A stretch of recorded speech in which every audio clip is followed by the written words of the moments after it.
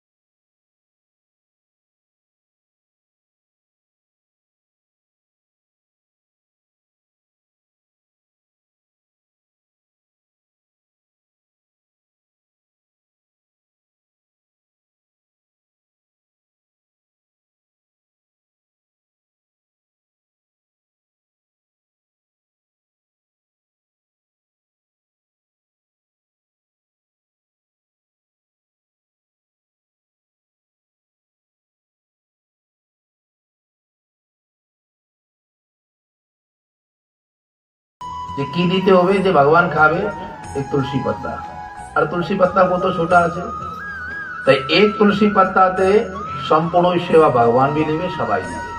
তাই এত হাজার হাজার লোক আসছে, খুব ভালো হয়েছে, কিন্তু এখন যে গুরু বৈষ্ণব আসে গেল, এটা বেশ সফল হইল গুলো আগে। কেন ভগবানের জন্য অনেক কিছু দিল, খুব ভালো, কিন্তু তুলসী পাতা ছিল না, কাম নাই। এভাবে যে কোনো অনুষ্ঠানে গুরু বৈষ্ণবের আগমন হয়ে যায়, তো বুঝবা কি ভগবান আসে গেল আগে। গুরু বৈষ্ণব তোমরা, আমি তো পার্থ, তোমরা হইলো সবাই বৈষ্ণব। তাই গুরু